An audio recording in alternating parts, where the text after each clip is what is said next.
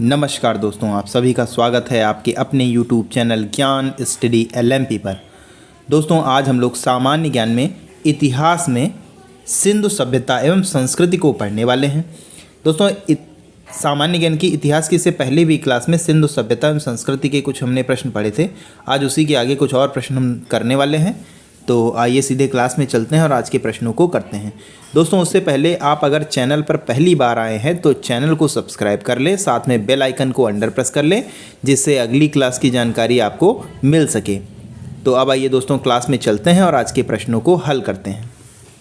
आज का हमारा पहला प्रश्न है, निम्नलिखित में से कौन सा एक हड़प्पा का बंदरगाह है? आपके ऑप्शन है सिकंदरिया, लोथल, महास्थलगढ़ और डी ऑप्शन में है नागपट्टम। तो दोस्तों, इस प्रश्न का सही उत्तर हो जाएगा ऑप्शन बी, लोथल। लोथल दोस्तों सही हो जाएगा इस प्रश्न का उत्तर। लोथल सिंधु घाटी सभ्यता का एकमात्र ऐसा स्थल है जहां पर पतन या बंदरगाह के साक्ष्य मिले हैं, जो नगर के ठीक पूर्व में स्थित है। तो इस प्रकार बी ऑप्शन हमारा सही हो जाता है। अगला प्रश्न है, निम्नलिखित में से कौन सा सिंधु घाटी की सभ्यता से संबंधित स्थल नहीं है? कालीबंगा, रोपड़, पाटलिपुत्र, लोथल। तो दोस्तों, इस प्रश्न का सही उत्तर हो जाएगा option C, Pataliputra. C option हमारा सही हो जाता है। कालीबंगा, रोपड़ तथा लोथल सिंधु घाटी सभ्यता से सम्मिलित स्थल हैं, जबकि पाटलिपुत्र महाजनपद कालीन एक नगर है। तो इस प्रकार सी ऑप्शन हमारा सही हो जाता है। आइए दोस्तों अगले प्रश्न पर चलते हैं। अगला प्रश्न है, भारत का सबसे बड़ा हड़प्पनपुरा स्थल है? आलमगीरपुर, कालीबंगा, लोथल, राखीगढ़ी। तो इस प्रश्न का सही उत्तर हो जाएगा option D, Rakhigarhi. D option हमारा सही हो जाता है। राखीगढ़ी हड़प्पा सभ्यता का दूसरा सबसे बड़ा स्थल है मोहनजोदड़ो के बाद। भारत में सिंधु घाटी का दूसरा सबसे बड़ा स्थल धौलावीरा है। तो इस प्रकार डी ऑप्शन सही हो जाता है। अगला प्रश्न है, सिंधु घाटी के लोग पूजा करते थे? किसकी पूजा करते थे? पशुपति की, इंद्र और वरुण की, ब्रह्मा की, विष्णु की। तो दोस्तों, सिंधु घाटी सभ्यता के लोग पशुपति की पूजा करते थे। तो ए ऑप्शन हमारा सही हो जाता है। सिंधु घाटी के लोग पशुपति शिव की पूजा भी करते थे। इसका प्रमाण मोहनजोदड़ो से प्राप्त एक मोहर है, जिस पर योगी की आकृति बनी है। उस योगी के दाईं ओर चीता और हाथी तथा बाईं ओर गैंडा और भैंसा चित्रित है। योगी के सिर पर एक त्रिशूल जैसा आभूषण है तथा जिसके 3 मुख हैं। मार्शल महोदय ने इसे रुद्र शिव से संबंधित किया है। इसके अतिरिक्त बहुत सी प्रस्तर लिंग की भी आकृतियां प्राप्त हुई हैं, जो शिव की पूजा से संबंधित हैं। तो इस प्रकार ए ऑप्शन हमारा सही हो जाता है। आइए दोस्तों अगले प्रश्न पर चलते हैं। अगला प्रश्न है, मोहनजोदड़ो एवं हड़प्पा की पुरातात्विक खुदाई के प्रभारी थे? आपके ऑप्शन है Lord Macaulay, sir John martial, Clive और डी ऑप्शन में है कर्नल टॉड। तो दोस्तों, इस प्रश्न का सही उत्तर हो जाता है option B, sir John Marshall. B option हमारा सही हो जाता है। भारतीय पुरातत्व सर्वेक्षण विभाग के महानिदेशक सर जॉन मार्शल के निर्देशन पर 1921 में दयाराम साहनी ने पंजाब, जो कि वर्तमान में पाकिस्तान में है, के तत्कालीन मांटेगोमरी संप्रति शाहीवाल जिले में रावी नदी के बाएं तट पर स्थित हड़प्पा के टीले की खुदाई की। अगले वर्ष 1992 में राखलदास बनर्जी ने सिंध प्रांत के लरकाना जिले में सिंधु नदी के दाहिनी तट पर स्थित मोहनजोदड़ो के टीले का पता लगाया। तो इस प्रकार हमारा बी ऑप्शन सही हो जाता है। अगला प्रश्न है, हड़प्पा का उत्खनन करने वाले प्रथम पुरातात्विक जो इसके महत्व को समझ नहीं पाया था? आपके ऑप्शन है ए, कनिंघम, बी है सर जॉन मार्शल, सी है मोटिमर व्हीलर और डी ऑप्शन में है जॉर्ज एफ डेल्स। तो दोस्तों, इस प्रश्न का सही उत्तर है option A, Cunningham. A option इस प्रश्न का सही हो जाता है। कनिंघम महोदय कनिंघम महोदय ने भारतीय उपमहाद्वीप के ऐतिहासिक महत्व के टीलों की खोज की थी, किंतु वह हड़प्पा के टीलों के महत्व को नहीं जान पाए थे। तत्पश्चात मार्शल के दिशा निर्देशों में राखलदास बनर्जी तथा दयाराम साहनी ने मोहनजोदड़ो तथा हड़प्पा के टीलों का विस्तृत उत्खनन कराया। तो इस प्रकार ए ऑप्शन हमारा सही हो जाता है। आइए दोस्तों अगले प्रश्न पर चलते हैं। अगला प्रश्न है, निम्नलिखित में से कौन हड़प्पा और मोहनजोदड़ो के उत्खनन से संबंधित नहीं थे? आपके ऑप्शन है आर.डी. बनर्जी, बी ऑप्शन में है के.एन. दीक्षित, सी ऑप्शन में है M.S. वत्स और डी ऑप्शन में है V.A. स्मिथ। तो दोस्तों इस प्रश्न का सही उत्तर है option D, V.A. Smith. D option हमारा सही हो जाता है। 1921 ईस्वी में दयाराम साहनी ने हड़प्पा का सर्वेक्षण किया। 1926 ईस्वी में मधो स्वरूप वत्स हड़प्पा के सर्वेक्षण से संबंधित रहे। मोहनजोदड़ो, जिनका सिंधी भाषा में अर्थ मृतकों का टीला होता है, की खोज सर्वप्रथम 1922 ईस्वी में राखलदास बनर्जी ने की तथा इसके पुरातात्विक महत्व की ओर ध्यान आकर्षित किया। इसके अतिरिक्त कुछ अन्य विद्वान के.एन. दीक्षित, ऑर्नेस्ट मैके, ऑर्नेस्ट स्टीन, ए. घोष, जे.पी. जोशी आदि ने भी इस सभ्यता की खोज में महत्वपूर्ण योगदान दिया। तो इस प्रकार डी ऑप्शन हमारा सही हो जाता है। दोस्तों अगला प्रश्न है, हाथी दांत का पैमाना हड़प्पा संदर्भ में मिला है। ऑप्शन ए है कालीबंगा, बी ऑप्शन में है लोथल, सी ऑप्शन में है धौलावीरा और डी ऑप्शन में है वाणावली। तो इस प्रश्न का सही उत्तर है ऑप्शन बी, लोथल में।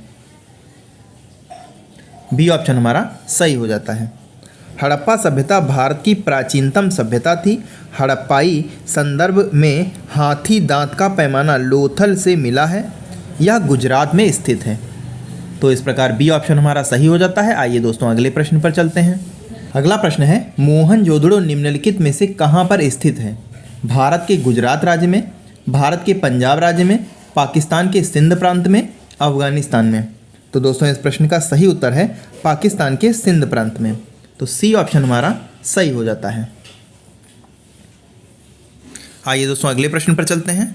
अगला प्रश्न है, सिंधु सभ्यता की विकसित अवस्था में निम्नलिखित में से किस स्थल में घरों में कुओं के अवशेष मिले हैं? हड़प्पा, कालीबंगा, लोथल, मोहनजोदड़ो। तो दोस्तों इस प्रश्न का सही उत्तर है option D, Mohenjodaro. D option हमारा सही हो जाता है। मोहनजोदड़ो के ध्वंसावशेष पाकिस्तान के सिंध प्रांत के लरकाना जिले में सिंधु नदी के दाहिने तट पर स्थित है। यहाँ लगभग प्रत्येक घर में निजी कुएं एवं स्नानागार होते थे और पानी के निकास के लिए नालियों की व्यवस्था थी। अनेक घरों में शौचालय भी बने हुए थे। कालीबंगा के प्राक सैंधव स्थल से हल से जुते हुए खेत के साक्ष्य मिले हैं।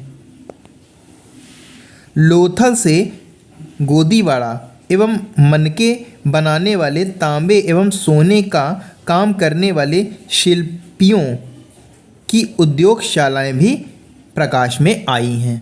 तो इस प्रकार डी ऑप्शन हमारा सही हो जाता है। अगला प्रश्न है, हड़प्पा कालीन स्थल में अभी तक किस धातु की प्राप्ति नहीं हुई है?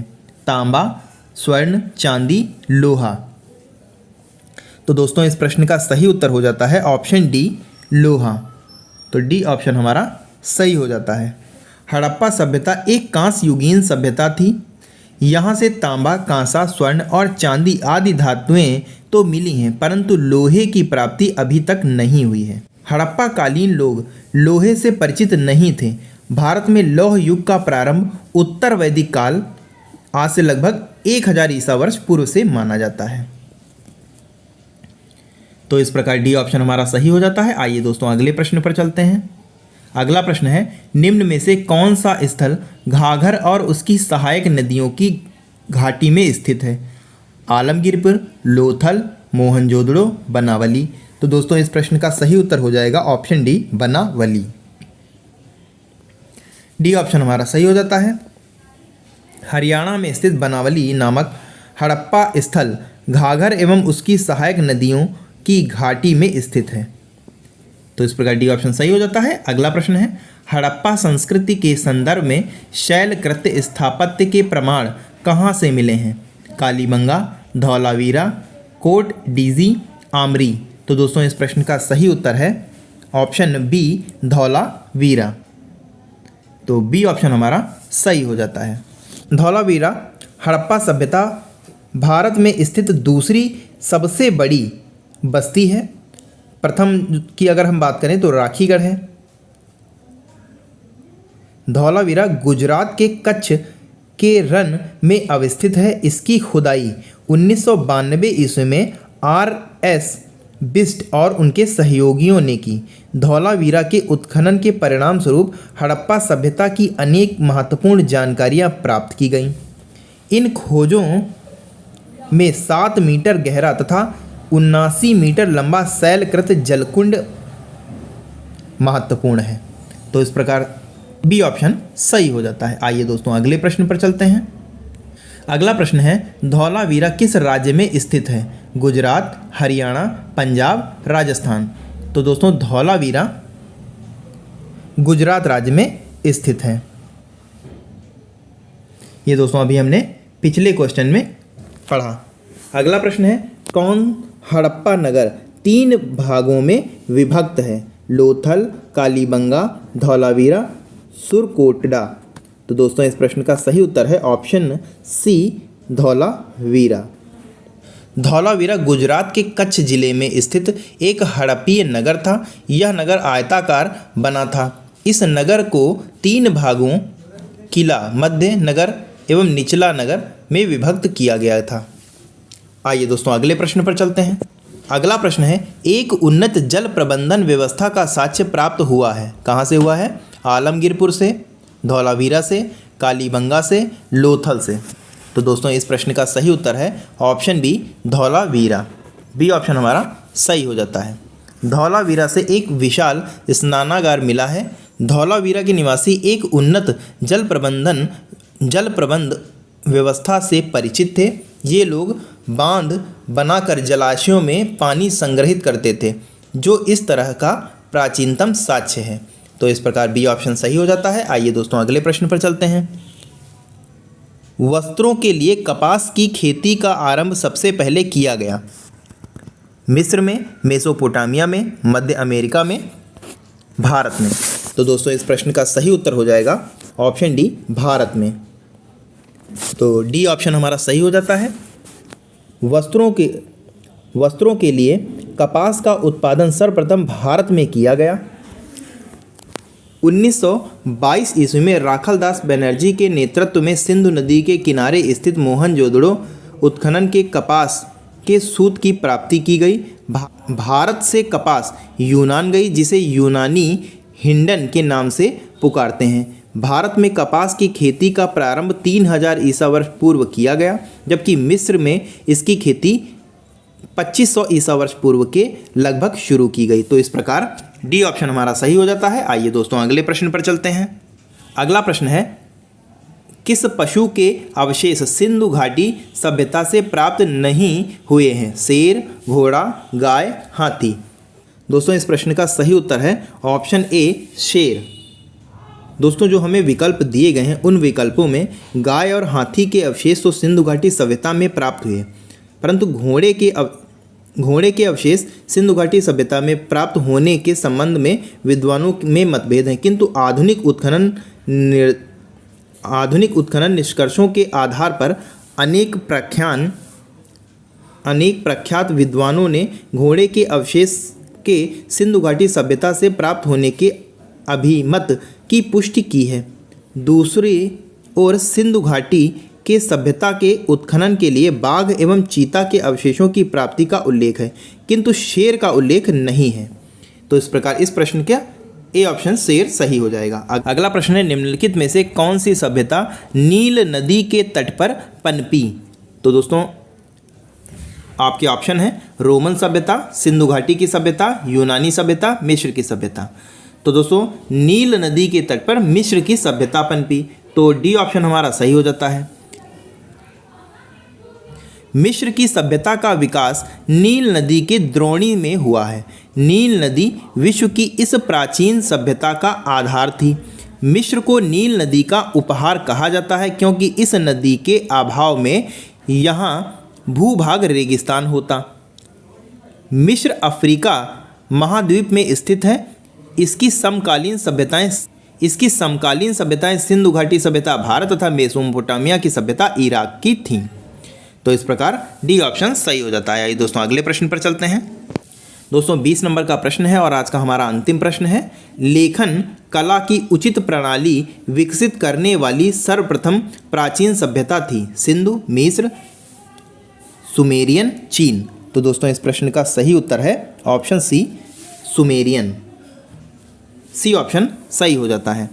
सुमेरियन सभ्यता के लोग प्राचीन विश्व में प्रथम लिपि आविष्कर्ता थे। इसकी प्रारंभिक लिपि का स्वरूप अत्यंत सरल एवं आदिम था। सुमेरिया की यूनिफॉर्म लिपि को सामान्यतः प्राचीनतम लिपि भी माना जाता है। तो इस प्रकार सी ऑप्शन हमारा सही हो जाता है। दोस्तों आज के लिए बस इतना ही। कैसी लगी आज की क्लास कमेंट करके ज़रूर बताएं और अगर अच्छी लगे तो लाइक करें। और दोस्तों अगर अभी तक आपने चैनल को सब्सक्राइब नहीं किया है तो चैनल को सब्सक्राइब कर लें, साथ में बेल आइकन के बटन को अंडर प्रेस कर लें जिससे अगली क्लास की जानकारी आपको मिल सके। मिलते हैं अगली क्लास में, तब तक के लिए नमस्कार। जय हिंद, जय भारत।